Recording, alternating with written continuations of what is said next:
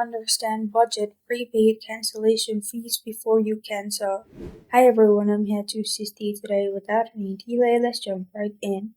First, as you can see in the cancellation policy of budget, you will incur a $50 processing fee if you choose to cancel a prepaid reservation 24 hours prior to the rental pickup time.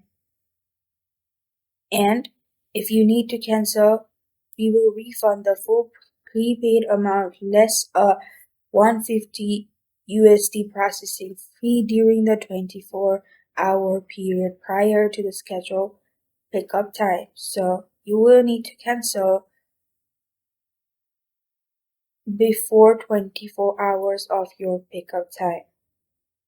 What you can also do is go to Budget's first page.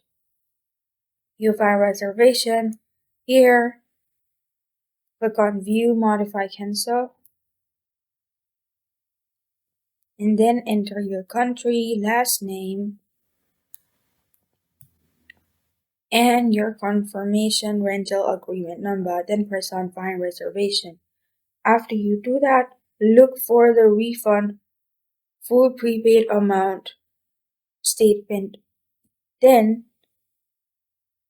you'll find fees depend on timing and what the page shows.